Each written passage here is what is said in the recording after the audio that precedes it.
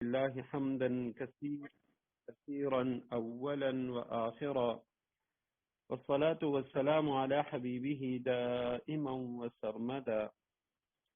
أما بعد، فأعوذ بالله من الشيطان الرجيم. بسم الله الرحمن الرحيم. ومن أهل الكتاب من إن تأمنه بقنطار يؤده إليك، ومنهم من إن تأمنه بدينار لا يؤده إليك إلا ما دمت عليه قائما، ذلك بأنهم قالوا ليس علينا في الأميين سبيل ويقولون على الله الكذب وهم يعلمون. صدق الله العظيم. اللهم صل على محمد النبي الأمي وعلى آله وأصحابه وبارك وسلم. رب اشرح لي صدري ويسر لي أمري واحلل عقدة من لساني يفقهوا قولي رب زدني علما. آیت کریمہ سورہ آل عمران کی آیت نمبر 75. اس آیت کریمہ پہ گفتگو ہو چکی ہے. البتہ آیت کریمہ کا آخری ٹکڑا وہ رہتا ہے، ذالک بأنہم قالوا لیس علینا فی الأمیین السبیل. یہاں سے آگے ہم پڑھیں گے. البتہ شروع ہی سے میں دوبارہ ترجمہ کر دیتا ہوں کہ اہل کتاب میں سے کچھ لوگ تو ایسے ہیں کہ اگر تم ان کے پاس دولت کا ایک ڈھیر بھی امانت کے طور پر رکھوا دو تو وہ تمہیں واپس کر دیں گے، اور انہی میں سے کچھ ایسے ہیں اگر 1 دینار کی امانت بھی ان کے پاس رکھواؤ تو وہ تمہیں واپس نہیں دیں گے، الا یہ کہ تم ان کے سر پر کھڑے رہو. ان کا یہ طرز عمل اس لیے ہے، ذالک بأنہم قالوا لیس علینا فی الأمیین سبیل. ان کا یہ طرز عمل اس لیے ہے، بأنہم قالوا کہ انہوں نے یہ کہہ رکھا ہے، لیس علینا فی الأمیین سبیل. امیوں یعنی جو اہل کتاب کے علاوہ ہے، غیر یہودی عربوں کے ساتھ معاملہ کرنے میں ہماری کوئی پکڑ نہیں ہوگی. یعنی اس میں ہم پر کوئی الزام نہیں ہے کہ جو ہمارے علاوہ ہیں، اہل کتاب کے علاوہ ہیں، ان کے ساتھ معاملات میں ہم کوئی اونچ نیچ کریں. وَيَقُولُونَ عَلَى اللَّهِ الْكَذِبَ. اور اس طرح وہ اللہ پر جھوٹ باندھتے ہیں، وَهُمْ يَعْلَمُونَ. اور وہ جانتے ہیں، یعنی جان بوجھ کر اللہ سبحانہ وتعالی پر جھوٹ باندھتے ہیں. تو آیت کریمہ میں یہودیوں کی یعنی ایک طبقے کی تعریف تھی کہ باوجود اس کے کہ مجموعی لحاظ سے یہودی جو ہیں وہ نبی علیہ السلام کی مخالفت پر تلے ہوئے ہیں، لیکن ان میں کچھ لوگ ایسے ہیں کہ جن کے اندر یہ اخلاقی اچھائیاں صفات وہ موجود ہیں کہ اگر ان کے پاس آپ قنطار یعنی ایک انبار وہ امانت کے طور پہ رکھوا دیں تو وہ تمہیں واپس کر دیں گے. اور امام واحدی رحمہ اللہ انہوں نے ضحاک سے روایت کیا ہے عبداللہ ابن عباس رضی اللہ تعالیٰ عنہما کا یہ قول کہ اس سے مراد عبداللہ ابن سلام رضی اللہ تعالیٰ عنہ ہیں کہ ان کے پاس ایک شخص نے 1200 اوقیہ وہ سونا ان کے پاس امانت کے طور پہ رکھا تھا اور انہوں نے اسی طرح اسے واپس کیا.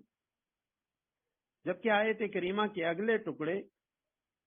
وَمِنْهُمْ مَنْ إِنْ تَأْمَنْهُ بِدِينَارٍ لَا يُؤَدِّهِ إِلَيْكَ. پر میں اس سے بعض یہودیوں کے وہ علماء جن کے اندر یہ خرابی موجود تھی کہ وہ مال کے معاملے میں اتنے حریص تھے کہ تھوڑا سا مال بھی اگر کسی کا مل جاتا تو وہ اسے کھا جاتے اور واپس نہیں کیا کرتے. تو فخاص ابن عزورہ کا ایک واقعہ ہم نے پڑھا تھا کہ اس کے پاس ایک دینار کسی نے رکھا تھا اور اس نے واپس کرنے سے انکار کر دیا. اور آگے فرمائے ذالک بأنہم قالوا لیس علینا فی الأمیین سبیل. یہ لوگ اس وجہ سے یہ طرز عمل انہوں نے اختیار کیا ہے کہ یہ انہوں نے یہ کہہ رکھا ہے، ان کا یہ نظریہ ہے، عقیدہ ہے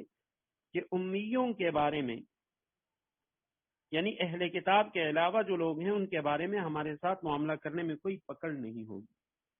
اصل میں تورات میں یا انجیل میں اس طرح کی کوئی بات نہیں تھی، کیونکہ وہ تو اللہ سبحانہ وتعالی کی کتابیں ہیں، اور اس میں یعنی کسی کے ساتھ کوئی زیادتی کرنے کا کسی طرح بھی کوئی حکم نہیں تھا۔ البتہ یہودیوں کی اس کے علاوہ جو کتابیں ہیں، تالمود، جو یعنی جس کو ہم یوں سمجھے جیسے ہمارے ہاں فقہا کی کتابیں ہوتی ہیں، فتاوی کی جو کتابیں ہوتی ہیں، تو وہ قرآن و حدیث کے علاوہ ہوتی ہیں۔ تو تالمود جو یہودیوں کی کتاب ہے اور ان کے جو احبار و علماء تھے ان کی تصنیف ہے، تو اس میں اس حوالے سے اس طرح کی باتیں موجود ہیں۔ مثلا اس میں کہا گیا ہے کہ اگر اسرائیلی کا بیل کسی غیر اسرائیلی کے بیل کو زخمی کر دے تو اس پر کوئی تاوان نہیں، اور اگر غیر اسرائیلی کا بیل کسی اسرائیلی کے بیل کو زخمی کرے تو اس پر تاوان ہے۔ اسی طرح اگر کسی شخص کو کسی جگہ کوئی گری پڑی چیز ملے تو اسے دیکھنا چاہیے کہ گرد و پیش کی آبادی وہ کن لوگوں کی ہے۔ اگر اسرائیلیوں کی ہے تو اسے اعلان کرنا چاہیے، اور غیر اسرائیلیوں کی ہو تو اسے بلا اعلان وہ چیز رکھ دینی چاہیے۔ اور اسی طرح اس میں ہے کہ اگر ایک امی یعنی غیر اہل کتاب یہودیوں کے علاوہ کوئی اور شخص اور اسرائیلی کا مقدمہ وہ کسی قاضی کے پاس آ جائے، یا ایک طرف اسرائیلی ہے اور دوسری طرف غیر اسرائیلی، تو قاضی اگر اسرائیلی قانون کے مطابق اپنے مذہبی بھائی کو جتوا سکتا ہو تو اس کے مطابق وہ جتوائے اور کہے کہ یہ ہمارا قانون ہے۔ اور اگر قاضی دیکھے کہ اسرائیلیوں کے قانون کے مطابق وہ جو فیصلہ ہے وہ اسرائیلی کے خلاف ہوتا ہے تو اسے چاہیے کہ وہ امی جو ہیں ان کے قانون کے مطابق اسرائیلی کو جتوا دے، اور یہ کہے کہ یہ تمہارا قانون ہے، تم امیوں کا یہ قانون ہے، میں نے اس کے مطابق فیصلہ کیا۔ اور اگر دونوں قانون ساتھ نہ دیتے ہوں تو پھر جس ہیلے سے بھی وہ اسرائیلی کو کامیاب کر سکتا ہے تو وہ اسے کامیاب کرے۔ اور اسی طرح لکھا ہے کہ غیر اسرائیلی کی جو غلطی ہے یعنی ہر غلطی سے فائدہ اٹھانا چاہیے۔ تو یہ صرف ان کے جو جاہل لوگ تھے ان کا خیال نہیں تھا، ان کا عقیدہ نہیں تھا، بلکہ ان کے جو مذہبی علماء تھے تو ان لوگوں نے اپنی کتابوں میں اس طرح کی باتیں درج کی تھیں، اور یہ ان لوگوں کا نظریہ تھا۔ اور اس کے مقابلے میں دینی تعلیم، نبی علیہ الصلاۃ والسلام کی تعلیمات اور قرآنی تعلیمات یہ ہیں کہ کسی بھی مسلمان کے لیے کسی دوسرے مسلمان یا کافر کا مال، آپ صلی اللہ علیہ وسلم نے فرمایا اس کی طیب خاطر کے بغیر، اس کی دلی رضامندی کے بغیر لینا وہ ناجائز اور حرام ہے۔ اور یہی حکم ہے چاہے وہ مسلمان ہے یا کافر ہے، جو بھی ہے، سوائے حربی کافروں کے جو مقابل میں دشمن آ چکے ہیں لڑائی کے لیے، تو ایسے جو لڑنے والے حربی کافر ہیں تو ان کا مال اسے تو مال غنیمت قرار دیا گیا، لیکن اس کے علاوہ کسی کافر کا مال وہ لینا جائز نہیں۔ غزوہ خیبر کے بارے میں اس دن حضرت جی دامت برکاتہم العالیہ انہوں نے ایک ویڈیو بھی گروپ میں شیئر کی تھی جو قلعہ خیبر تھا اس حوالے سے۔ تو جس وقت یہ غزوہ خیبر ہو رہا تھا تو یہودی وہ خیبر کے قلعے کے اندر چھپ گئے تھے۔ آپ صلی اللہ علیہ وسلم نے اور صحابہ کرام نے ان کا محاصرہ کیا تھا۔ اسی دوران ایک یہودی کا غلام وہ ایک ریوڑ لے کے قلعے سے باہر آ گئے۔ تو قلعے کے باہر جب آپ صلی اللہ علیہ وسلم کو اس نے دیکھا اور مسلمانوں کو دیکھا کہ مسلمانوں نے محاصرہ کیا ہوا ہے قلعے کا، تو اس نے سوچا کہ بھئی یہ تو مسلمانوں کے بادشاہ آئے ہوئے ہیں، تو وہ چونکہ ایک غلام تھا تو اس نے کہا میں جا کے اس بادشاہ سے ملتا ہوں اور اس کے رہن سہن کو دیکھتا ہوں کہ یہ کس طرح کا بادشاہ ہے۔ تو صحابہ کرام سے اس نے آپ صلی اللہ علیہ وسلم کے بارے میں پوچھا۔ صحابہ کرام نے آپ صلی اللہ علیہ وسلم کے خیمے کے بارے میں بتایا۔ تو جب آپ صلی اللہ علیہ وسلم کے خیمے کے پاس آیا، کہنے لگا میرے دل میں تو خیال تھا کہ یہ بڑے بادشاہ کا خیمہ ہے اور اس میں طرح طرح کی قالینیں بچھی ہوں گی، بڑے بڑے پردے، قیمتی پردے لٹکے ہوئے ہوں گے، یہاں تو کچھ بھی نہیں ہے۔ اور پھر اس نے آپ صلی اللہ علیہ وسلم سے گفتگو کی کہ آپ لوگ کیا چاہتے ہیں، کس لیے آئے ہیں۔ آپ صلی اللہ علیہ وسلم نے اسے اسلام کی دعوت دی۔ کہنے لگا اگر میں اسلام قبول کروں مجھے کیا ملے گا؟ آپ صلی اللہ علیہ وسلم نے فرمایا کہ اگر تو اسلام قبول کرے گا تو ہم مسلمانوں میں سے جس طرح تمام مسلمان افراد ہیں اسی طرح تم بھی ایک فرد ہوگے ہم میں سے، اور جس طرح میرے صحابہ کا مقام ہے اسی طرح تمہارا بھی مقام ہوگا۔ وہ ایک غلام تھا یہودی کا، تو اس نے کہا یہ کیسے ہو سکتا ہے کہ میں تو انتہائی بدصورت ہوں، بد شکل ہوں، میرے بدن سے بدبو آتی ہے، میرا مالک وہ تو مجھے اپنے پاس نہیں چھوڑتا، اپنے مکان میں نہیں چھوڑتا، اور آپ فرما رہے ہیں کہ تم ہمارے صحابہ جیسے ایک صحابی ہوگے تم بھی۔ تو آپ صلی اللہ علیہ وسلم نے جب اسے دعوت دی اور اسلام کے بارے میں بتایا تو اس نے اسلام قبول کرنا چاہا، کہنے لگا کہ یا رسول اللہ اگر میں اسلام قبول کر لوں تو اس کے بعد مجھے کیا کرنا چاہیے؟ آپ صلی اللہ علیہ وسلم نے فرمایا اس وقت تو اور کوئی عمل نہیں ہے، کوئی عبادت نہیں ہے سوائے جہاد کے، تو تمہیں بھی جہاد میں شامل ہونا چاہیے۔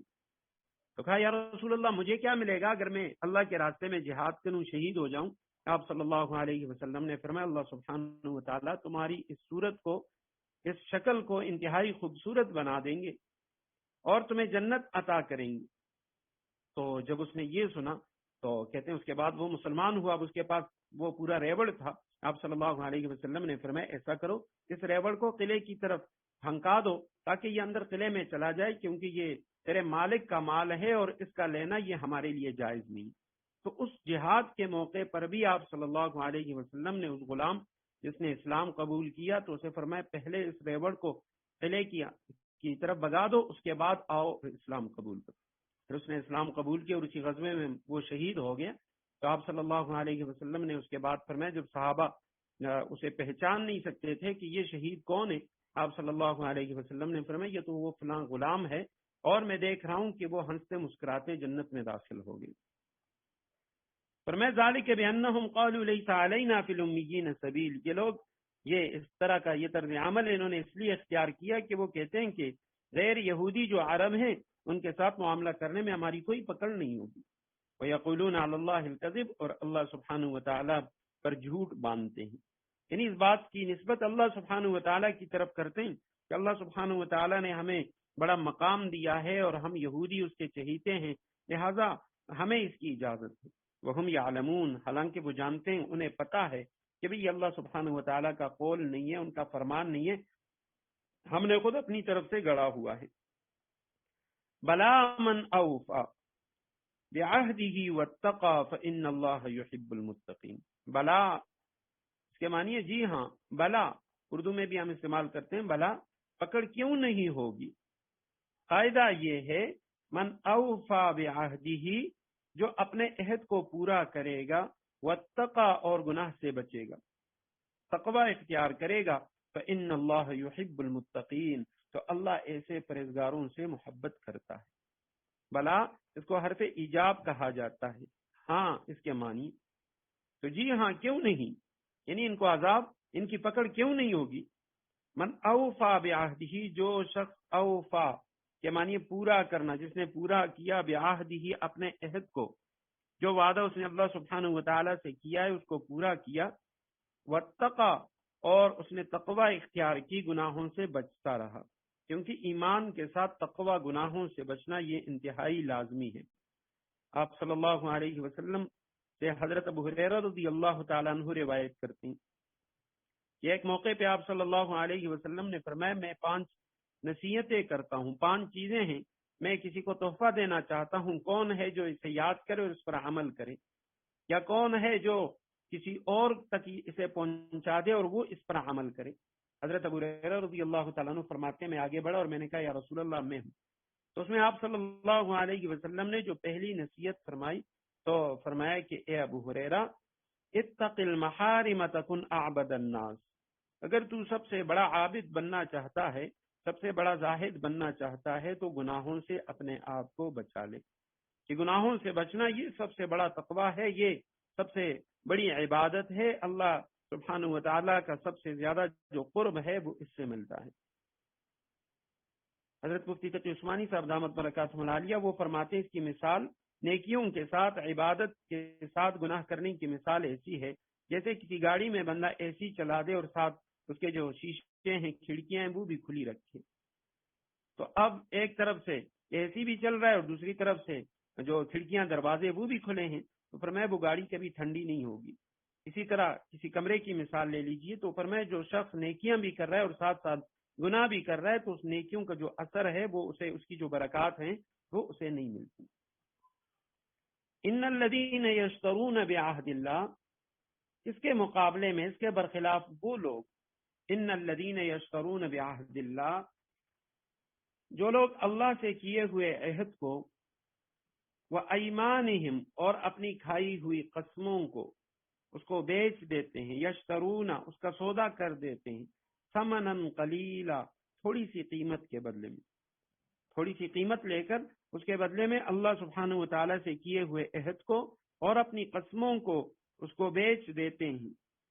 اولئک لا خلاق لهم فی الآخرہ، ان کا آخرت میں کوئی حصہ نہیں ہوگا،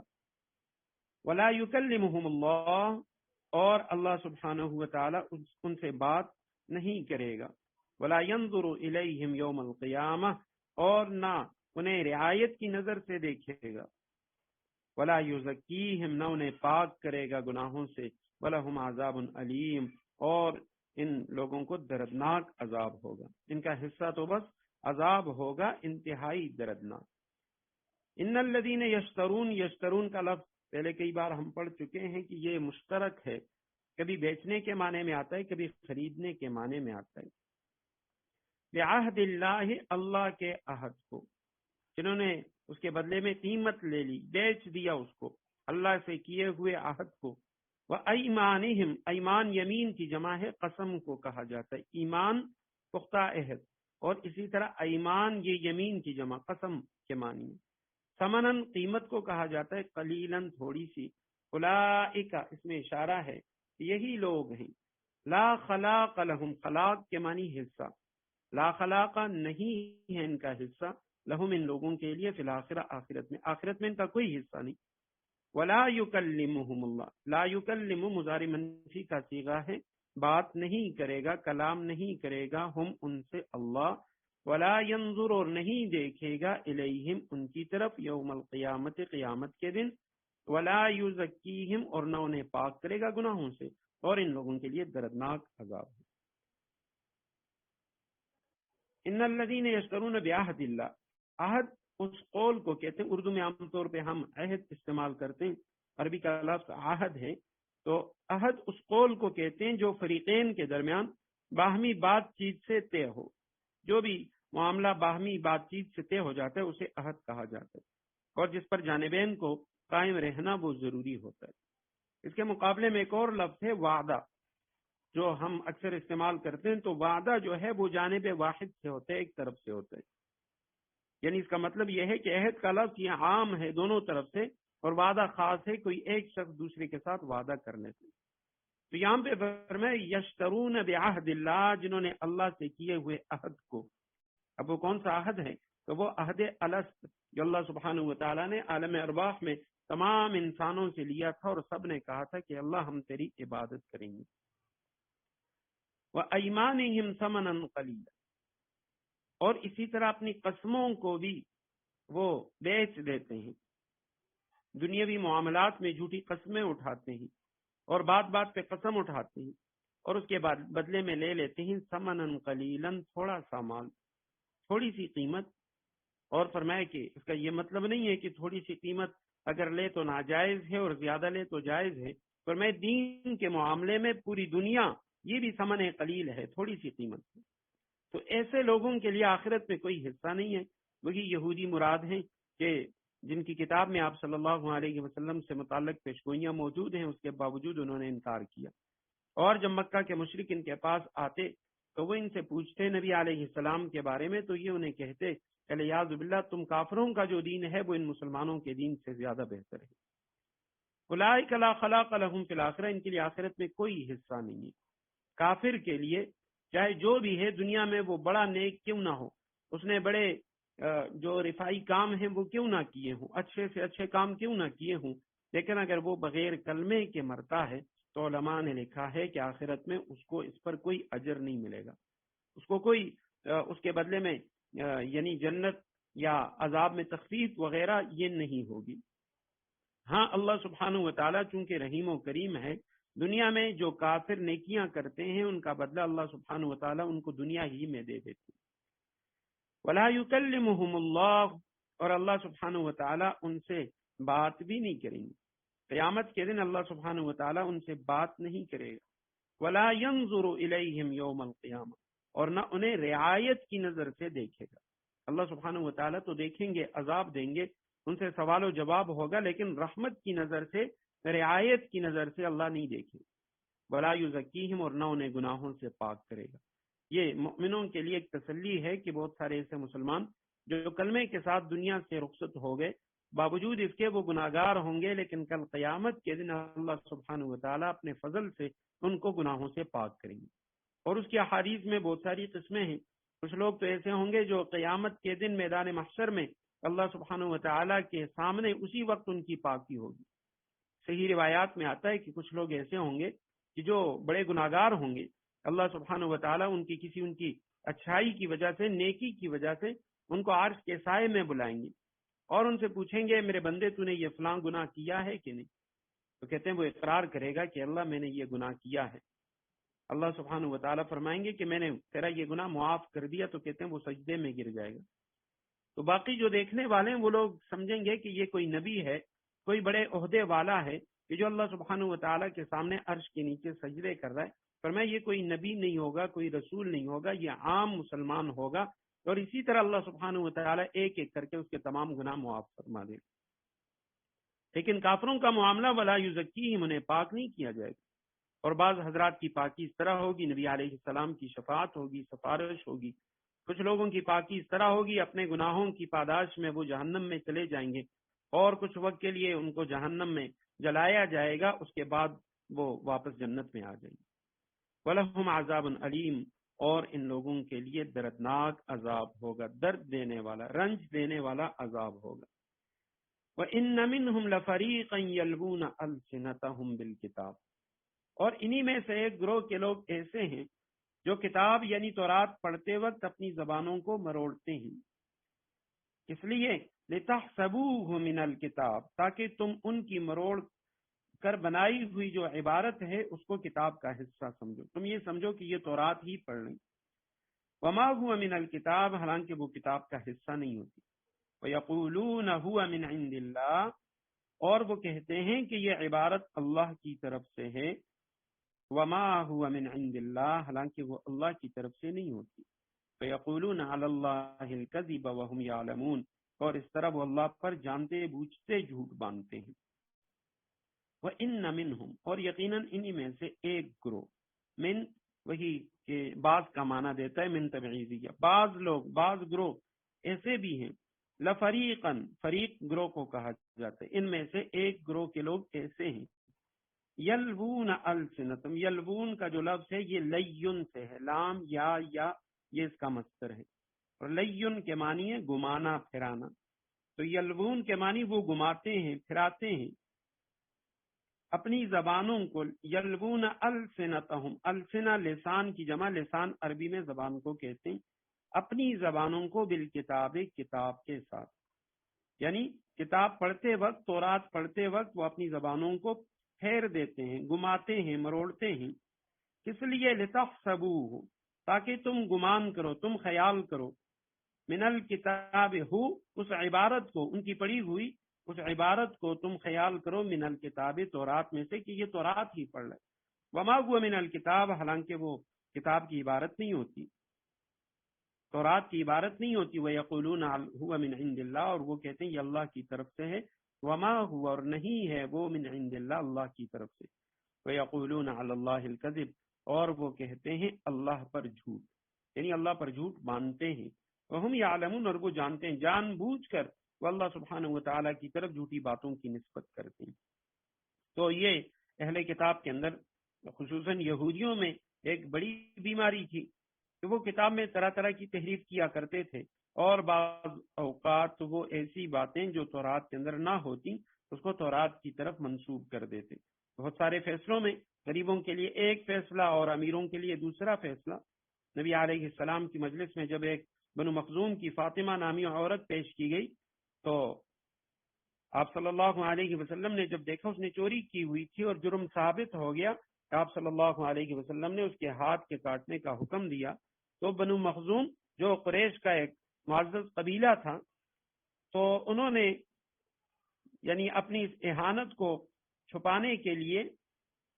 حضرت اسامہ ابن زید رضی اللہ تعالیٰ عنہ جو حضرت زید ابن حارث آپ صلی اللہ علیہ وسلم کے منہ بولے بیٹے حضرت زید کے بیٹے تھے اسامہ، اور آپ صلی اللہ علیہ وسلم اس سے بہت لاڈ پیار کیا کرتے تھے۔ آپ صلی اللہ علیہ وسلم بچپن میں اسے اپنی گود میں بٹھایا کرتے تھے اور فرمایا کرتے تھے کاش کہ اسامہ لڑکی ہوتی تو میں اسے زیور پہناتا۔ تو آپ صلی اللہ علیہ وسلم کو اس سے بہت محبت تھی، تو انہوں نے حضرت اسامہ سے کہا کہ آپ صلی اللہ علیہ وسلم کے ہاں آپ سفارش کریں تاکہ آپ صلی اللہ علیہ وسلم اس فاطمہ نامی عورت کو معاف فرما دیں۔ تو جب حضرت اسامہ رضی اللہ تعالیٰ عنہ نے سفارش کی، آپ صلی اللہ علیہ وسلم ناراض ہو گئے، چہرہ انور پر غصے کے آثار نمودار ہوئے، اور آپ صلی اللہ علیہ وسلم نے فرمایا تم سے پہلے جو قومیں تھی بنی اسرائیل تو اسی لیے ہلاک ہوئی کہ وہ ان میں سے جب کوئی بڑا شخص وہ کوئی جرم کر لیتا تو اسے معاف کر دیتے، اور کوئی عام شخص وہ گناہ کرتا تو اس کو سزا دیتے۔ اور پھر فرمایا اللہ کی قسم اگر میری بیٹی فاطمہ وہ بھی چوری کرتی تو میں اس کا بھی ہاتھ کاٹ دیتا۔ تو ایک شخص کا مقدمہ ان کے ہاں لایا گیا، آپ صلی اللہ علیہ وسلم نے فرمایا جس نے بدکاری کی تھی شادی شدہ تھا، آپ صلی اللہ علیہ وسلم نے فرمایا میں اس کا فیصلہ ان کی کتاب کے مطابق کرتا ہوں۔ اور ان کے ایک عالم کو آپ صلی اللہ علیہ وسلم نے فرمایا تم پڑھو تورات کے اندر کیا لکھا ہے اس حوالے سے، تو کہتے ہیں اس نے لکھا اور جہاں پہ رجم کا ذکر تھا، سنسار کرنے کا ذکر تھا، وہ عبارت چھوڑ کے آگے نکل گیا،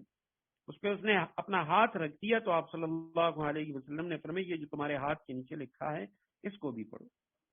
اور اسی طرح پہلے پارے میں ہم پڑھ چکے ہیں یا ایھا الذین آمنوا لا تقولوا راعنا، اے ایمان والو راعنا کا لفظ نہ کہو۔ کہ صحابہ نبی علیہ السلام سے فرمایا کرتے یا رسول اللہ آپ ہمارا انتظار کیجئے، ہماری رعایت رکھیے باتوں کے درمیان۔ تو وہ جو یہودی تھے منافق جو آپ صلی اللہ علیہ وسلم کی مجلس میں آیا کرتے تھے تو وہ اس کو راعینا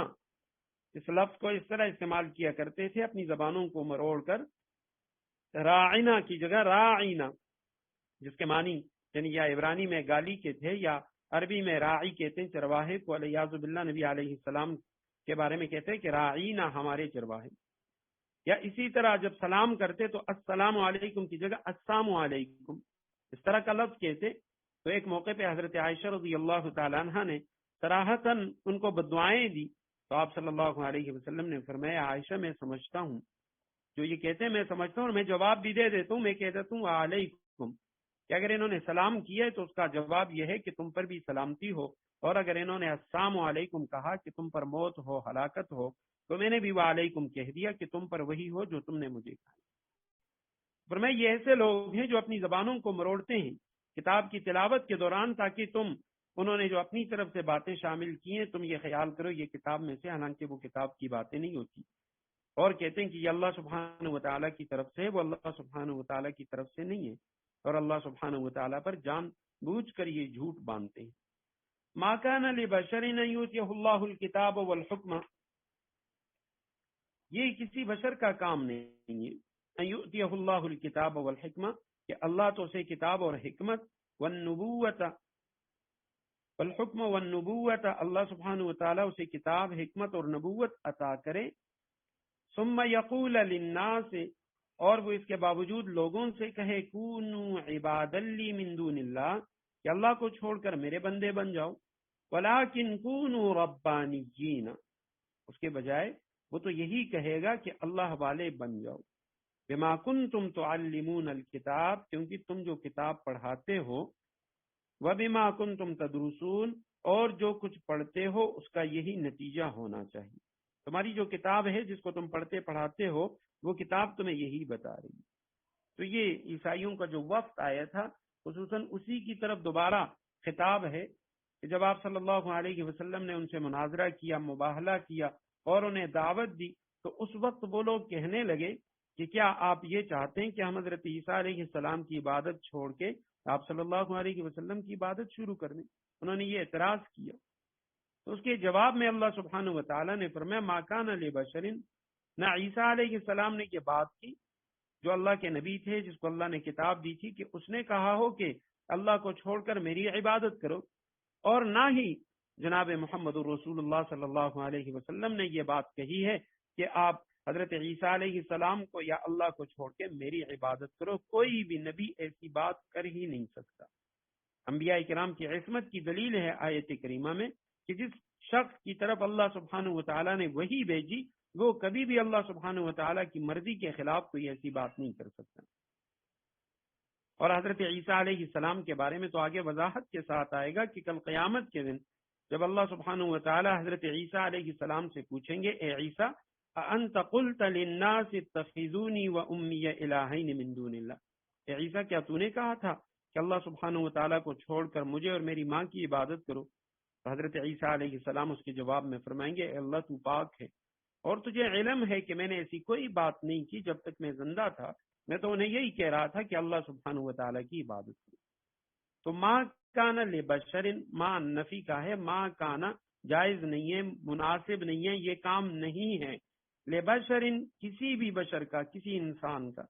ان یؤتیا یہ کہ دیا جائے ہو اسے، یعنی اس کو دے دیا جائے اللہ کی طرف سے الکتابہ کتاب، ان یؤتیہ اللہ کہ اللہ اسے دے الکتابہ کتاب، والحکم اور حکم یعنی حکمت، والنبوت اور نبوت، کتاب حکمت اور نبوت اللہ عطا کرے، ثم یقولا پھر وہ کہے للناس لوگوں سے، کونو بن جاؤ، امر کا صیغہ ہے کانا سے، کونو تم سب ہو جاؤ، عباد لی عبدن کی جمع عباد، بندے لی میرے، من دون اللہ اللہ کو چھوڑ۔ کسی نبی کسی بشر کا یہ کام نہیں ہے کہ وہ یہ کہے اللہ کو چھوڑ کے میرے بندے بن جاؤ، ولیکن کونو، لیکن وہ یہ کہتا ہے اس کے بجائے وہ یہی کہے گا، کونو ہو جاؤ تم ربانیین اللہ والے، ربانیین زاہد خدا پرست لوگ، درویش اللہ والے، جو جس طرح مربی کا لفظ ہے تو اسی سے ہے یہ ربانی، یہ ربانی کی جمع ہے ربانیین، اور اس میں الف اور نون یہ مبالغے کا ہوتا ہے، یعنی جو لوگوں کی تربیت کرنے والا مرشد، تو وہ یہی کہے گا کونو ربانیین تم اللہ والے بن جاؤ، زاہد بن جاؤ، خدا پرست بن جاؤ، بما کنتم تعلمون الکتاب، اس کی وجہ یہ ہے بما کنتم تعلمون الکتاب، بوجہ اس کے تعلمون تم سکھاتے ہو، ایک ہے عالم یعلم اس کے معنی ہے سیکھنا، اور ایک ہے علم یعلم اس کے معنی ہے سکھانا، تو تم سکھاتے ہو الکتابہ کتاب، وَمِمَا كُنْتُمْ تَدْرُسُونَ اور بوجہ اس کے کہ تم خود بھی پڑھتے ہو، درس دینا اور درس لینا، تو تم کتاب پڑھاتے بھی ہو پڑھتے بھی ہو، تو اس کے باوجود تمہیں تو یہی بات کہنی چاہیے کہ جو اللہ والے ہیں اور اللہ کے نبی ہیں ان کا قول یہی ہے، وہ لوگوں سے کہتے ہیں کہ اللہ والے بن جاؤ۔ وَلَا يَأْمُرَكُمْ أَن تَتَّخِذُوا الْمَلَائِكَةَ وَالنَّبِيِّينَ أَرْبَابًا، اور جب اللہ کے پیغمبروں نے وَلَا يَأْمُرَكُمْ اور وہ حکم نہیں کرتے اس بات کا، ان تتخذوا الملائکہ کہ تم بناؤ فرشتوں کو، والنبیین اور نبیوں کو، اربابن رب، وہ تمہیں کبھی یہ نہیں کہیں گے کہ تمہیں یہ حکم نہیں دے سکتا کہ فرشتوں اور پیغمبروں کو خدا قرار دے دو، اللہ بنا لو۔ ایأمرکم بالکفر، کیا وہ تمہیں کفر کا حکم کرے گا، بعد اذ انتم مسلمون، بعد اس کے کہ تم مسلمان ہو چکے، کہ جب تم مسلمان ہو چکے تو کیا اس کے بعد وہ تمہیں کفر اختیار کرنے کا حکم دے گا؟ ولا یأمرکم اور وہ تمہیں حکم نہیں دے سکتا، ان تتخذوا کہ تم بنا لو الملائکۃ فرشتوں کو، والنبیین اور نبیوں کو، اربابن رب۔ ایأمرکم کیا وہ تمہیں حکم دے گا، بالکفر کفر کا، بعد اس کے انتم مسلمون کہ تم مسلمان ہو چکے، تم مسلمان ہو چکے تو اس کے بعد کیا الیاذ باللہ کوئی نبی وہ تمہیں کفر کا حکم دے سکتا ہے کہ تم فرشتوں کو یا نبیوں کو ارباب رب بنا دو؟ نبیوں کو رب یہ تو یہود و نصارہ دونوں نے بنایا، یہودیوں نے کہا کہ عزیر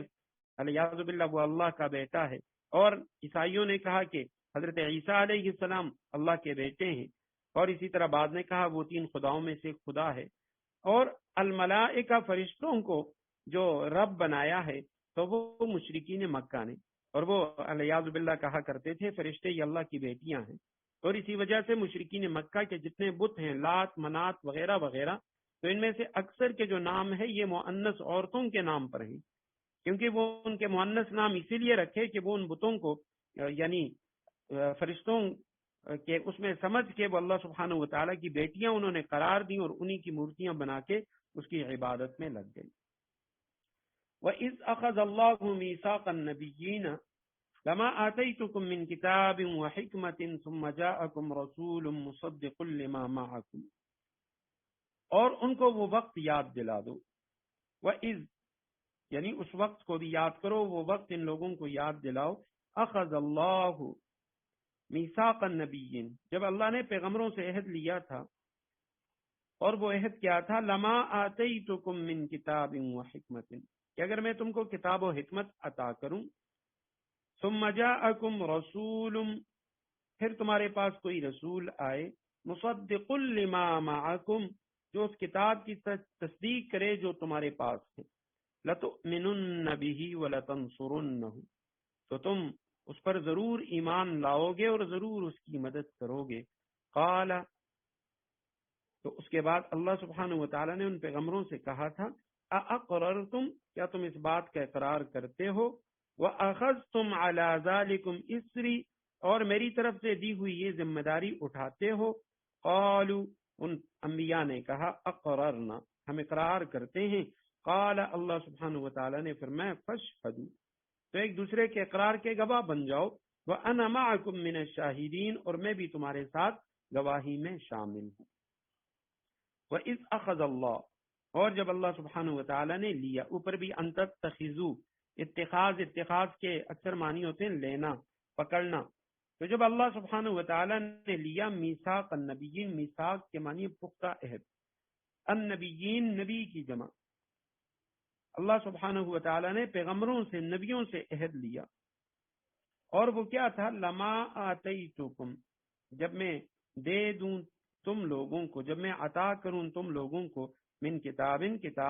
کتابوں میں سے کوئی کتاب، و حکمت، اور حکمت، یعنی جب میں تمہیں کتاب و حکمت عطا کر کے دنیا میں مبعوث کروں اور بھیج دوں، ثم جاءکم، پھر جاءکم آ جائے تمہارے پاس، رسول، ایک خاص رسول، مصدق لما معکم، جو تصدیق کرے اس کتاب کی جو تمہارے پاس ہے، لتؤمنن به، تو ضرور، تو تم اس پر ضرور ایمان لاؤ گے، وَلَتَنْصُرُنَّهُ، نصرت سے ہے، اور تم ضرور اس کی مدد کرو گے۔ قال، اللہ سبحانہ و تعالیٰ نے فرمایا، اقررتم، حمزہ استفہام کہا جاتا ہے اس کو سوال کے لیے، کیا اقررتم، تم اس بات کا اقرار کرتے ہو، واخذتم، اور لیتے ہو، اٹھاتے ہو، علی ذالکم، اس پر، اسری، میری ذمہ داری، اصل میں اسر کا لفظ ہم پڑھ چکے ہیں سورہ بقرہ کے آخری رکوع میں، لا تحمل علینا اسرا کما حملتہ، بوجھ کے معنی، تو اصل اس کے اسری کے معنی ہے بوجھ، کیونکہ عہد کی جو ذمہ داری ہے اس کا بھی انسان پر ایک بوجھ ہوتا ہے، تو اس لیے اسرن کا جو استعمال ہے یہ عہد کے معنی میں بھی ہوتا ہے۔ تو یہاں پہ اخذتم علی ذالک مصری، تم لیتے ہو اس پر مجھ سے عہد، یعنی یہ جو میری طرف سے دی ہوئی ذمہ داری ہے اسے اٹھاتے ہو۔ قالوا، ان انبیاء نے کہا، اقررنا، انہوں نے کہا ہم اقرار کرتے ہیں۔ اللہ سبحانہ و تعالیٰ نے فرمایا، فاشهدوا، بس ایک دوسرے کے اقرار کے گواہ بن جاؤ، وَأَنَا مَعَكُمْ مِنَ الشَّاهِدِينَ، اور میں بھی تمہارے ساتھ گواہی میں شامل ہوں، یعنی میں بھی تم پر گواہ ہوں۔ آیت کریمہ میں میثاق النبیین کا ذکر ہے۔ سب سے پہلی بات تو یہ ہے کہ قرآن کریم میں اللہ سبحانہ و تعالیٰ نے 3 میثاقوں کا ذکر کیا ہے، 3 عہدوں کا ذکر کیا ہے۔ سب سے پہلے ایک عمومی عہد تھا جو عالم ارواح میں تمام انسانوں کی ارواح سے لیا گیا، سورہ اعراف کی آیت نمبر 172 میں اس کا ذکر ہے، وَإِذْ أَخَذَ رَبُّكَ مِنْ بَنِي آدَمَ مِنْ ظُهُورِهِمْ ذُرِّيَّتَهُمْ، کہ جب اللہ سبحانہ و تعالیٰ نے حضرت آدم علیہ السلام کی تمام ذریت سے عہد لیا، اور وہ یہ تھا کہ الست بربکم، کیا میں تمہارا رب نہیں ہوں؟ سب نے کہا بلا اے اللہ تو ہمارا رب ہے۔ اور اس کے بعد دوسرا عہد، اس کا ذکر سورہ آل عمران کی آیت نمبر 187 میں آئے گا، جو بنی اسرائیل کے جو علماء تھے، یہود کے علماء، ان سے لیا گیا تھا، اور وہ یہ تھا کہ وَإِذْ أَخَذَ اللَّهُ مِيثَاقَ الَّذِينَ أُوتُوا الْكِتَابَ لَتُبَيِّنُنَّهُ لِلنَّاسِ وَلَا تَكْتُمُونَ،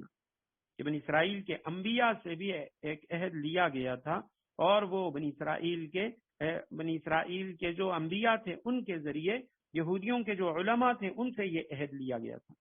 یا تو کتاب کے اندر وہ عہد موجود تھا اور یا نبیوں کی زبانی، اور وہ یہ تھا کہ لَتُبَيِّنُنَّهُ لِلنَّاسِ وَلَا تَكْتُمُونَ، کہ تم اس کتاب کو لوگوں کے لیے بیان کرو گے اور اس کے اندر لکھی ہوئی باتوں کو چھپاؤ گے نہیں۔ علماء یہود سے یہ عہد لیا گیا تھا۔ اور یہ تیسرا ہے جو انبیاء کرام سے لیا گیا ہے سورہ آل عمران کی آیت نمبر 81 کے اندر، کہ اللہ سبحانہ و تعالیٰ نے انبیاء کرام سے عہد لیا۔ تو یہاں پہ عام طور پہ میثاق النبیین یہ جو لفظ ہے اس کی 3 تفسیریں کی گئی ہیں۔ سب سے پہلی تفسیر تو یہ ہے کہ یہ نبیوں کے بارے میں میثاق لیا گیا، یعنی یہ نبیوں سے نہیں بلکہ نبیوں کے بارے میں میثاق لیا گیا۔ حضرت شاہ ولی اللہ رحمہ اللہ اور اسی طرح امام طاووس، حضرت حسن بصری رحمہ اللہ اور حضرت قتادہ، یہ ان کا فرمان ہے، ان کا قول یہ ہے کہ یہ نبیوں کے بارے میں میثاق لیا گیا۔ مطلب یہ ہے اس کا کہ ہر امت سے یہ میثاق لیا گیا، عہد لیا گیا کہ ان میں سے ہر ایک کو بذریعہ رسول کتاب و حکمت دی گئی ہے، یعنی ان کے پاس جو نبی آیا ہے، جو کتاب اللہ سبحانہ و تعالیٰ نے دی ہے وہ ان کے پاس موجود ہے۔ لیکن جب کبھی اس کے بعد کوئی اور رسول من جانب اللہ کتاب و حکمت لے کر جو پہلی کتاب کی اور نبی کی تصدیق و تائید میں ہو وہ آ جائے تو اس وقت اس امت کا فرض ہوگا کہ وہ اس دوسرے جو نئے آنے والی نبی ہیں اس کی تعلیمات پر عمل کریں، اس پر ایمان لائیں اور اس کی نصرت کریں۔ یہ اس کی پہلی تفسیر ہے۔ اور دوسری تفسیر یہ ہے کہ یہ نبیوں سے میثاق لیا گیا ہے۔ حضرت علی رضی اللہ تعالیٰ عنہ اور حضرت عبداللہ ابن عباس رضی اللہ تعالیٰ عنہما کی یہ قول ہے، اور اس کا مطلب یہ ہے، وہ فرماتے ہیں کہ بعض نبیوں سے بعض دیگر انبیاء کے بارے میں عہد لیا گیا، کہ انبیاء کرام سے عہد لیا گیا کہ جب آپ دنیا میں تشریف لے جائیں گے اور آپ کو کتاب دی جائے گی، شریعت دی جائے گی، اس کے بعد کوئی اور نبی آ جائے تو آپ نے اس نبی کی تصدیق بھی کرنی ہے اور اس نبی کی نصرت بھی کرنی ہے۔ اور تیسری تفسیر وہ یہ ہے کہ حضرت علی رضی اللہ تعالیٰ عنہ اور حضرت عبداللہ ابن عباس رضی اللہ تعالیٰ عنہ نے جو تفسیر فرمائی وہ یہ ہے، اس سے پہلے والی دوسری والی جو تشریح میں نے کی کہ نبیوں سے میثاق لیا گیا، تو یہ بعض حضرات کا قول ہے۔ حضرت علی اور حضرت عبداللہ ابن عباس رضی اللہ تعالیٰ عنہ کا قول یہ ہے کہ اس میثاق النبیین سے مراد یہ ہے کہ تمام انبیاء کرام علیہم الصلوات و تسلیمات سے آپ صلی اللہ علیہ وسلم کی بعثت پر میثاق لیا گیا کہ جب آپ دنیا میں جائیں گے اور آپ کی دنیا میں موجود ہوتے ہوئے اگر جناب محمد رسول اللہ صلی اللہ علیہ وسلم کی بعثت ہو جاتی ہے تو تب آپ سب نے محمد رسول اللہ صلی اللہ علیہ وسلم پر ایمان بھی لانا ہے اور اس کی مدد بھی کرنی ہے۔ تو یہ 3 تفسیریں ہو گئی۔ پہلی تفسیر کہ تمام لوگوں سے، امتوں سے میثاق لیا گیا کہ آپ کے پاس اگر ایک نبی آ چکا ہے اور اس کے پاس کتاب بھی ہے، حکمت بھی ہے، اس نبی کے جانے کے بعد کوئی دوسرا نبی آ جاتا ہے تو تمہارے لیے لازمی ہے تم اس پر ایمان بھی لاؤ، اس کی مدد بھی کرو۔ دوسری تفسیر کہ نبیوں سے میثاق لیا گیا کہ تمہارے بعد اگر کوئی اور نبی آ جائے تو تم نے اس نبی کی تائید بھی کرنی ہے، نصرت بھی کرنی ہے۔ اور تیسری تفسیر یہ ہے کہ تمام نبیوں سے آپ صلی اللہ علیہ وسلم کے بارے میں میثاق لیا گیا کہ تمام حضرات انبیاء کرام سے کہ اگر آپ کی موجودگی میں آپ صلی اللہ علیہ وسلم دنیا میں تشریف لے آئیں تو آپ ان پر ایمان بھی لائیں اور ان کی تائید و نصرت بھی کریں۔ اس پر امام راضی رحمہ اللہ نے یعنی ایک اعتراض کیا ہے کہ رسول مقبول صلی اللہ علیہ وسلم کی بعثت کے وقت تو تمام انبیاء کرام فوت ہو چکے تھے، تو وہ کیسے ایسی جو میثاق ہے، عہد ہے، اس کے مکلف ہو سکتے ہیں؟ تو تفسیر ساوی کے جو مصنف ہیں تو انہوں نے اس کا بڑا پیارا جواب دیا۔ وہ فرماتے ہیں کہ اگرچہ آپ صلی اللہ علیہ وسلم ان انبیاء کرام کی زندگی میں نہ آئے اور ان انبیاء کرام کا انتقال آپ صلی اللہ علیہ وسلم کے دنیا میں آمد سے پہلے ہی ہو چکا تھا، لیکن ان انبیاء کرام کے سامنے آپ صلی اللہ علیہ وسلم کا مقام و مرتبہ واضح کرنے کے لیے ان سے یہ عہد و میثاق لیا گیا، اور اس لیے بھی تاکہ یہ انبیاء کرام صرف پختہ ارادہ کرنے پر وہ ثواب پا جائیں جو آپ صلی اللہ علیہ وسلم پر ایمان لانے والے اور آپ صلی اللہ علیہ وسلم کی نصرت کرنے والوں کو ملے گا۔ اور اسی کے اندر آپ صلی اللہ علیہ وسلم کے ختم نبوت کی طرف بھی اشارہ ہے کہ آپ صلی اللہ علیہ وسلم پر نبوت کا جو معاملہ ہے وہ ختم ہو جائے گا۔ اس تیسری تفسیر کے مطابق لما آتیتکم من کتاب و حکمت، تم تمام انبیاء کرام جب دنیا میں جاؤ گے اور اس کے بعد آخر میں ثم جاءکم، پھر اس کے بعد آئیں گے رسول۔ بعض حضرات نے کہا یہاں جو تنوین ہے یہ تعظیم کی ہے کہ خاص رسول آئیں گے، ثم جاءکم رسول، پھر ایک خاص رسول آئیں گے، اور مصدق لما معکم.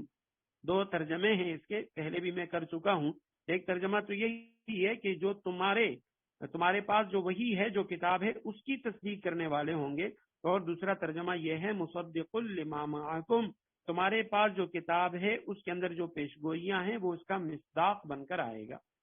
اس کے مطابق وہی پیشگوئیاں اس پر صادق آئیں گی. تو جب ایسے رسول آ جائے تو پھر تمہارے لیے ضروری ہے تم اسی پر ایمان لاؤ گے اور اسی کی مدد کرو گے، کیونکہ باقی تمام انبیاء کرام کی جو نبوتیں ہیں وہ پھر ختم ہو جائیں گی. حضرت عمر رضی اللہ تعالیٰ عنہ کا واقعہ مسند احمد میں آتا ہے کہ ایک دن ان کو تورات کے کچھ اوراق وہ کہیں سے مل گئے، تو وہ آپ صلی اللہ علیہ وسلم کے پاس آئے اور ان کے دل میں خیال تھا کہ میں آپ صلی اللہ علیہ وسلم کے سامنے تورات کے اوراق پڑھوں گا تو آپ صلی اللہ علیہ وسلم خوش ہو جائیں گے. کہتے ہیں جب انہوں نے اس کی تلاوت شروع کی تو آپ صلی اللہ علیہ وسلم کے چہرے مبارک کا رنگ متغیر ہو گیا، آپ صلی اللہ علیہ وسلم غضبناک ہو گئے. تو حضرت عمر رضی اللہ تعالیٰ عنہ جیسے ہی آپ صلی اللہ علیہ وسلم کے چہرے انور پہ نظر پڑی فوراً سمجھ گئے تو خاموش ہو گئے، اور کہتے ہیں انہوں نے یہ جملہ کہنا شروع کر دیا کہ رضیت باللہ ربا وبالاسلام دینا وبمحمد نبیا ورسولا. تو آپ صلی اللہ علیہ وسلم کا غصہ وہ کافور ہو گیا، اور آپ صلی اللہ علیہ وسلم نے فرمایا اے عمر اولو کان موسیٰ حیا لما وسعہ الا اتباعا، اگر آج موسیٰ علیہ السلام جس پہ یہ تورات کتاب اتری ہے اگر وہ بھی زندہ ہوتے تو سوائے میری اتباع اور پیروی کے اس کے لیے کوئی چارہ نہ ہوتا. حضرت موسیٰ علیہ السلام میری ہی اتباع کرتے، کیونکہ جناب محمد رسول اللہ صلی اللہ علیہ وسلم اللہ کے آخری نبی اور رسول ہیں. تو انبیاء کرام سب نے کہا، جب اللہ سبحانہ و تعالیٰ نے فرمایا کہ کیا تم اقرار کرتے ہو اور جو میری طرف سے دی ہوئی یہ ذمہ داری ہے اسے اٹھاتے ہو، واخذتم علی ذلک مصری قالوا اقررنا، انہوں نے کہا ہم اقرار کرتے ہیں. قال فاشهدوا، اللہ سبحانہ و تعالیٰ نے فرمایا پھر ایک دوسرے کے اقرار کے گواہ بن جاؤ. وانا معکم من الشاہدین، اور میں بھی تمہارے ساتھ گواہی میں شامل ہوں. فمن تولى بعد ذلك فاولئک هم الفاسقون، اس کے بعد بھی جو لوگ ہدایت سے منہ موڑیں گے تو ایسے لوگ نافرمان ہوں گے. فمن تولى، پس جو منہ موڑیں گے، بعد ذالک، اس کے بعد، یعنی اس پختہ عہد و میثاق کے بعد بھی، فاولئک هم الفاسقون، تو ایسے لوگ نافرمان ہوں گے. پہلی جو دو تفسیریں ہم نے کی ہیں تو اس میں اس پر تو کوئی اعتراض وارد نہیں ہوتا، کیونکہ جب یہ عام لوگوں سے انبیاء کے متعلق عہد لیا گیا تو اگر عام لوگ وہ انکار کریں گے اور منہ موڑیں گے تو ان کے بارے میں کہا جا رہا ہے کہ یہی لوگ ہیں جو نافرمان ہیں. البتہ اگر حضرات انبیاء کرام سے آپ صلی اللہ علیہ وسلم کے متعلق یہ عہد و میثاق لیا گیا تو پھر انبیاء کرام علیہ الصلوات و تسلیمات کے متعلق ایسی بات، تو اس کا کیا مطلب ہے فاولئک هم الفاسقون، ایسے لوگ نافرمان ہوں گے. تو علماء نے لکھا کہ اس کی مثال اس طرح ہے جس طرح قرآن کریم میں مختلف مواقع پہ آپ صلی اللہ علیہ وسلم پہ اللہ سبحانہ و تعالیٰ نے محبوبانہ عتاب فرمائے کہ اگر بالفرض آپ ایسا کریں گے تو یوں ہوگا کہ اگر آپ کفار کی اتباع کریں گے تو آپ کے سارے اعمال ضائع ہو جائیں گے. تو آپ صلی اللہ علیہ وسلم تو کفار کو اپنی اتباع کی دعوت دے رہے تھے، کبھی آپ صلی اللہ علیہ وسلم نے کفار کی اتباع نہیں کی. لیکن قرآن کہہ رہا ہے اگر تو ان کی اتباع کرے گا تو تیرے اعمال ضائع ہو جائیں گے. اور میں اسی طرح یہاں بھی ہے فمن تولی بعد ذلک، اگر بالفرض یہ ناممکن ہے لیکن اگر ایسا ہو بھی فاولئک هم الفاسقون، تو ایسے لوگ وہ نافرمان ہوں. اور بعض حضرات نے فرمایا کہ یہ اصل میں عہد تو انبیاء کرام سے لیا گیا ہے، اور اس میں سبق یہ ہے کہ جب حضرات انبیاء کرام انہوں نے یہ پختہ عہد و میثاق اللہ سبحانہ و تعالیٰ سے کر دیا تھا کہ ہم آپ صلی اللہ علیہ وسلم پر ایمان بھی لائیں گے اور آپ صلی اللہ علیہ وسلم کی نصرت بھی کریں گے، تو اب فمن تولی بعد ذالک، اس سے مراد آپ صلی اللہ علیہ وسلم کی موجودگی میں جو لوگ ہیں وہ مراد ہے کہ جب یہودی اور عیسائی ان کے انبیاء انہوں نے اللہ سبحانہ و تعالیٰ سے یہ عہد و میثاق کیا تھا، تو جو یہودی آج موجود ہیں وہ اگر اعراض کریں گے اور اپنی نبیوں کے اس عہد و میثاق کو نہیں مانیں گے، اس سے منہ موڑیں گے، فاولئک هم الفاسقون، تو ایسے لوگ نافرمان ہوں. افغیر دین اللہ یبغون وَلَهُ أَسْلَمَ مَنْ فِي السَّمَاوَاتِ وَالْأَرْضِ طَوْعًا وَكَرْهًا وَإِلَيْهِ يُرْجَعُونَ. اب کیا یہ لوگ اللہ کے دین کے علاوہ کسی اور دین کی تلاش میں ہیں؟ افغیر دین اللہ یبغون، کیا یہ لوگ اللہ کے دین کے علاوہ کسی اور دین کی تلاش میں ہیں؟ وَلَهُ أَسْلَمَ مَنْ فِي السَّمَاوَاتِ وَالْأَرْضِ، حالانکہ آسمانوں اور زمین میں جتنی مخلوقات ہیں ان سب نے اللہ ہی کے آگے گردن جھکا رکھی ہے، طوعا وکرہن، طوعا یعنی خوشی سے، کچھ نے خوشی سے، وکرہن اور کچھ نے ناچار ہو کر، وَإِلَيْهِ يُرْجَعُونَ اور اسی کی طرف وہ سب لوٹ کر جائیں گے۔ افغیر دین اللہ یبغون، کیا یہ لوگ اللہ کے دین کے علاوہ، یبغون غیرہ کے معنی علاوہ، یبغون کے معنی تلاش کرنا، تو کیا یہ لوگ اللہ کے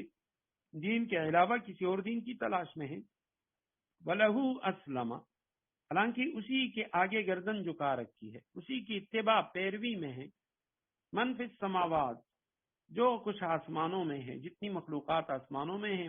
والارض اور زمین میں جتنی مخلوقات ہیں، طوعا وکرہن، طوعا کے معنی خوشی سے، کرہن کے معنی ناچار ہو کر، چاہے وہ خوشی سے اللہ سبحانہ و تعالیٰ کی اطاعت میں لگے ہوئے ہیں یا ناچار ہو کر، اللہ سبحانہ و تعالیٰ کی مرضی کے آگے ان کی کچھ نہیں چلتی۔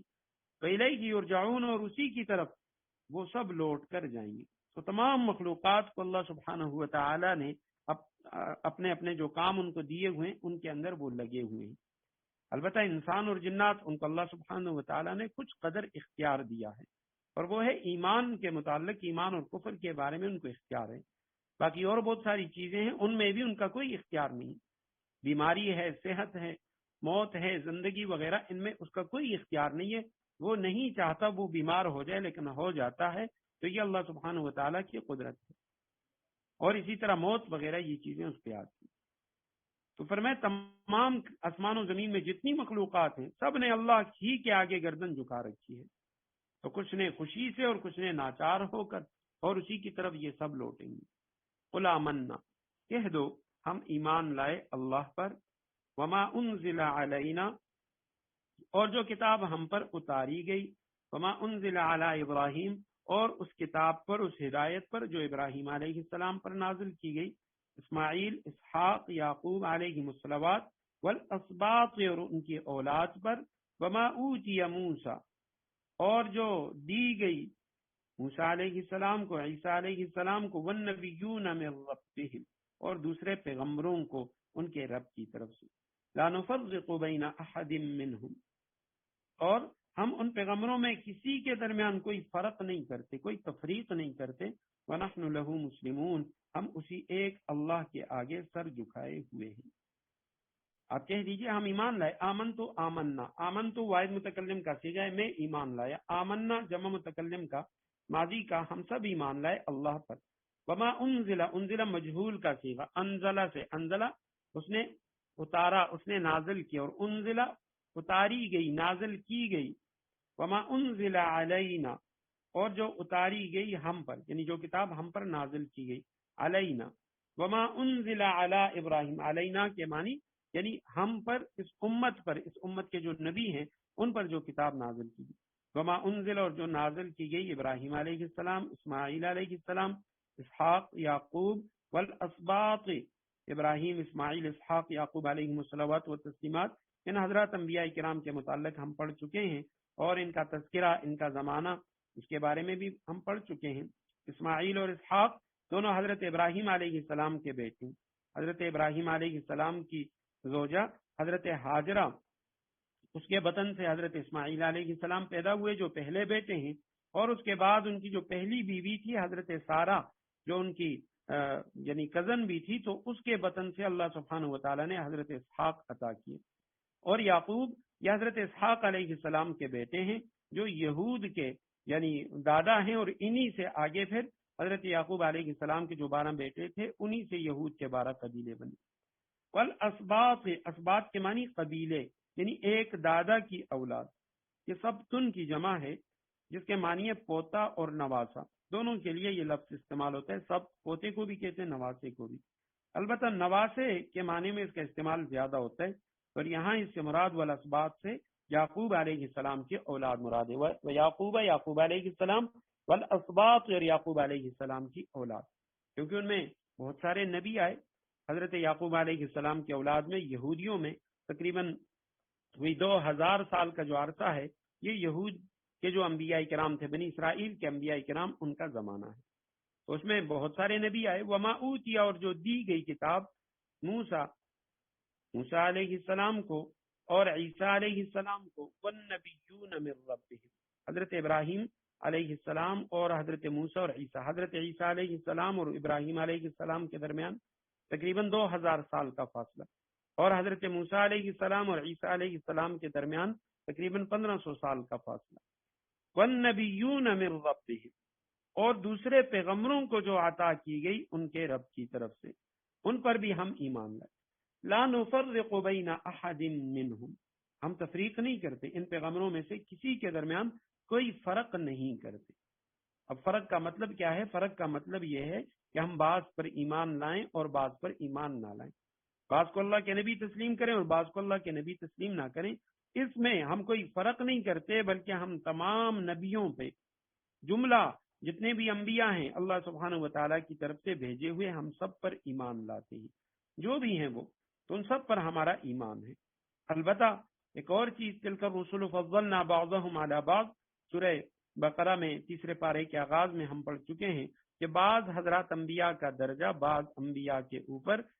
ان کو فضیلت حاصل ہے، ان کا درجہ بڑا ہوا ہے. تو بعض حضرات انبیاء کرام کا بعض دوسرے انبیاء پر درجے کے لحاظ سے فضیلت وہ ثابت ہے، اور ان کو افضل سمجھنا یہ ان میں تفریق نہیں ہے. تفریق کا معنی یہ ہے کہ ایمان میں تفریق، کے بعض کو مانے اور بعض کو نہ مانے. ہم ایسا نہیں کرتے. وَنَحْنُ لَهُ مُسْلِمُونَ، اور ہم اللہ سبحانہ و تعالیٰ ہی کے آگے، اسی کے سامنے یعنی سر جھکائے ہوئے ہیں. اسلام کے معنی سر جھکانا، اطاعت کرنا، تو ہم اللہ سبحانہ و تعالیٰ ہی کے آگے سر جھکائے ہوئے ہیں. وَمَنْ يَبْتَغِ غَيْرَ الْإِسْلَامِ دِينًا فَلَنْ يُقْبَلَ مِنْهُ وَهُوَ فِي الْآخِرَةِ مِنَ الْخَاسِرِينَ، جو کوئی شخص اسلام کے سوا کوئی اور دین اختیار کرنا چاہے گا، فَلَنْ يُقْبَلَ مِنْهُ، تو اس سے وہ دین قبول نہیں کیا جائے گا. وَهُوَ فِي الْآخِرَةِ مِنَ الْخَاسِرِينَ، اور آخرت میں وہ ان لوگوں میں شامل ہوگا جو سخت نقصان اٹھانے والے ہیں. اسی بغا سے ہے یبتغی، تلاش کرنا، جو تلاش کرتا ہے غیر الاسلامی، اسلام کے علاوہ، دینن، کوئی بھی دین، یعنی اسلام کے علاوہ کسی اور دین کے اندر وہ نجات تلاش کر رہا ہے، تو فلن یقبل منہ، اس سے وہ دین قبول نہیں کیا جائے گا. وہو فی الآخرہ، اور وہ شخص آخرت میں من الخاسرین، نقصان اٹھانے والوں میں سے ہوگا. خاسر کی جمع ہے خاسرین، نقصان اٹھانے والا. تو یہاں پہ فرمائے کہ اسلام تمام انبیاء کرام کا جو بنیادی جو مسلک تھا، ان کا جو دین تھا، وہ اسلام ہی تھا. فروعی اختلافات وہ ضرور تھے، لیکن اصل جو بنیادی عقائد وہ تمام حضرات انبیاء کرام کے ایک تھے، اور اسلام ہی حضرت آدم سے لے کر جناب محمد رسول اللہ صلی اللہ علیہ وسلم تک تمام انبیاء کرام کا مشترکہ ان کا دین تھا. البتہ ہر وقت کا جو نبی تھا، اس نبی پر ایمان لانا اس وقت کے لوگوں کے لیے ضروری تھا، اور جیسا ہی وہ نبی رخصت ہو جاتا ہے، اس کے بعد کوئی اور نبی آتا ہے، تو اس کی شریعت پر اسلام لانا یہ لازم ہے، اس کو قبول کرنا، اسے ماننا یہ لازم ہے. پر میں جو اسلام کے علاوہ کوئی اور دین تلاش کرے گا، چاہے یہودیت ہے، عیسائیت ہے، جس میں بھی، اسے قبول نہیں کیا جائے گا، اور یہ شخص آخرت میں نقصان اٹھانے والوں میں سے ہوگا. بارک اللہ لی ولکم فی القرآن العظیم، وآخر دعوانا ان الحمد للہ رب العالمین.